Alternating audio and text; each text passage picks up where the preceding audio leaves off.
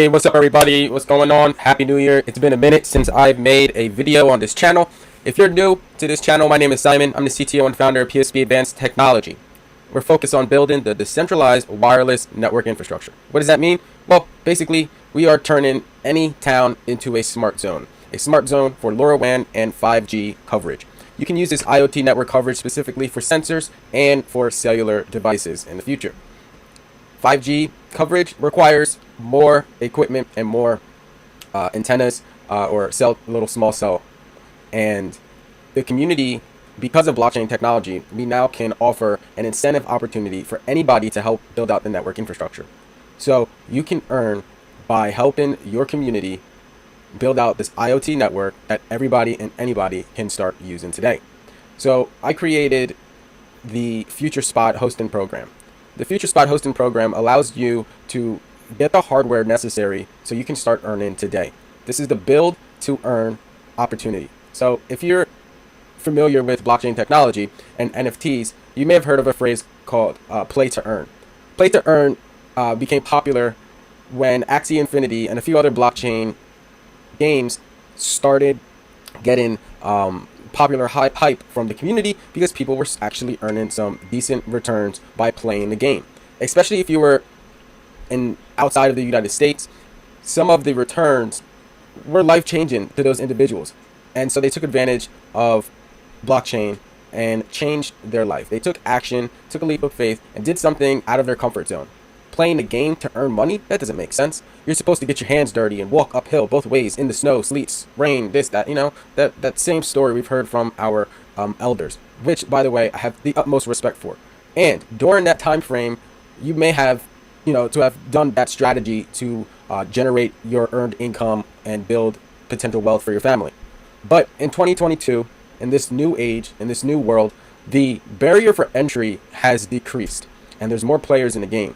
However, just because there's more players, that doesn't mean that the opportunity is gone. It doesn't mean that, you need to stop learning. It doesn't mean that the strategies of the past are bad, or this is better, this is replaced. All of that, it doesn't matter, okay? None of that matters. What matters is, what steps do you need to take for you to obtain the life you seek? In the past, maybe it was walking uphill both ways in snow, all right? But maybe today, that same path is not uphill in the snow, but in the computer and in the code. Maybe this path is yield farming through DeFi. Maybe this path is learning investments and putting your money to work. Maybe this path is sacrificing certain financial items so you can then afford other items. Maybe it's not going to the movies, but buying that, share of Apple. Maybe it's not watching Netflix, but listening to a book on Audible.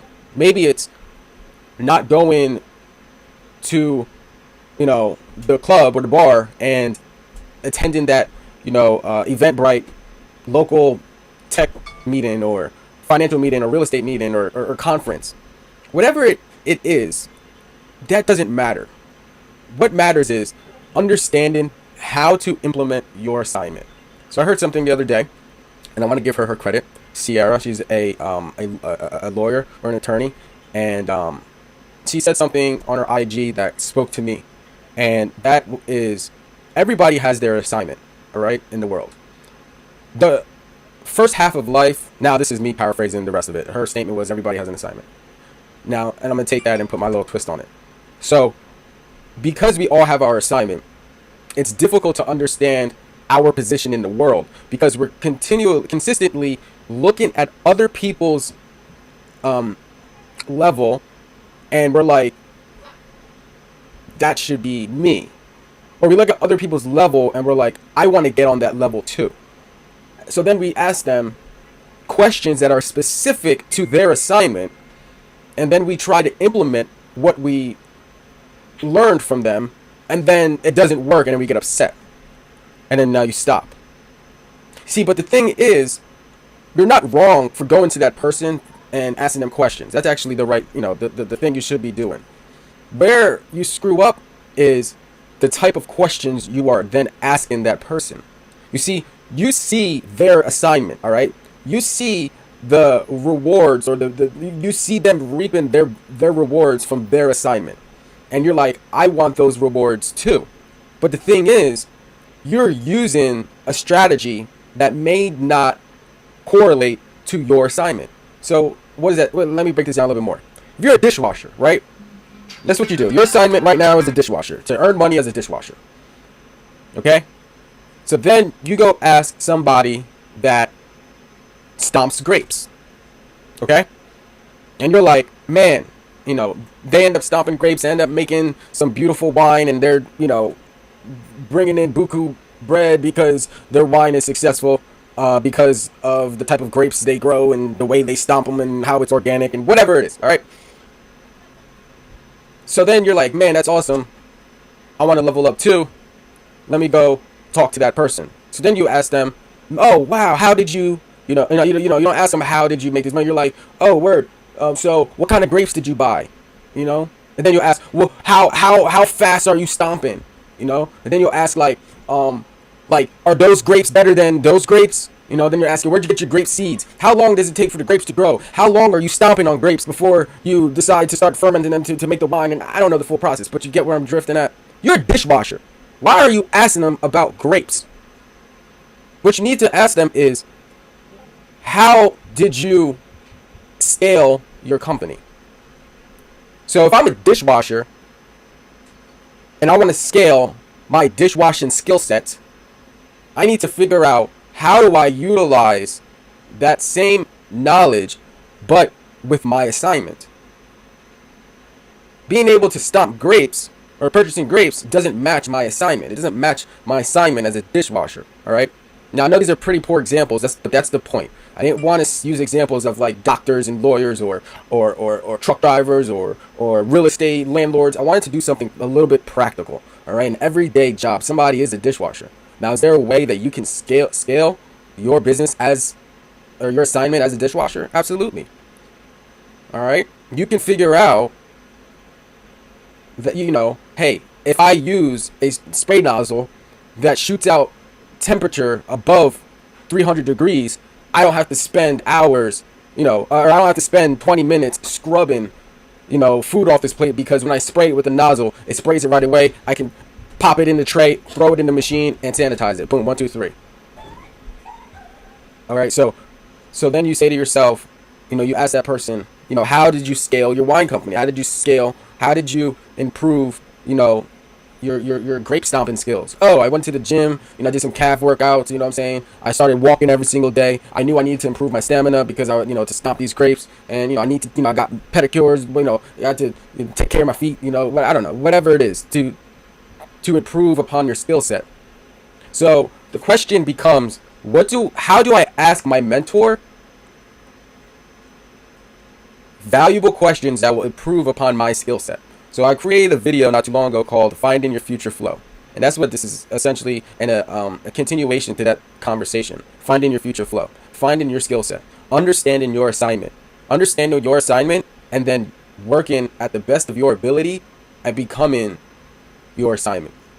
And then from that, the wealth will follow, because now you're providing a value to your assignment. And until everybody else that may share that assignment with you in different parts of the world see you as valuable, because you've given them a blueprint to improve in their assignment. So real quickly to recap, having mentors is a double-edged sword. And when you have mentors, you need to value the type of questions you are going to ask. Don't waste time asking questions about things that's not related to your assignment. If your assignment is real estate, don't ask questions about a mentor's trucking company and how they bought their new semi-truck. Or, because now you see them making money running a trucking company, so you're like, shit, I'm going to go buy a truck and do the same thing too. No, that wasn't your assignment. That was his or her assignment. Why are you taking other people's assignments? Stop taking other people's assignments. The copy and paste thing, all right, is not about taking other people's assignments. It's about looking at their strategy and tweaking it to your assignment. With this decentralization and blockchain, we're going to run into a problem if we don't nip this in the butt and have this conversation now. There's nothing wrong with copy and pasting. I see, well, when I was younger, growing up, there was no such thing as copy and pasting. Like, you needed to be unique and come up with your own. And then we started finding out people were copy and pasting and becoming successful. And people were like, fuck, people like, scratch it. Why am I going to think about my own unique, creative idea when I can just copy and paste? And that's what's been happening. But the thing is, people are copy and pasting, but they're pasting it like, oh, I'm going to copy it and it's red. I'm going to paste it, now it's blue. Boom, boom, boom, what, boom. Like, wait, what? Bro, you just changed the color, yo. Like, stop. For real, stop. Stop. Now, if you copied that strategy and you changed it to blue, but then also at the same time, you added a new material to it, so that now when people look at it from different perspectives, it's a light blue, it's a sky blue, it's a navy blue, it's a blue with the picture. Now, you see, that's a different copy and pasting, all right?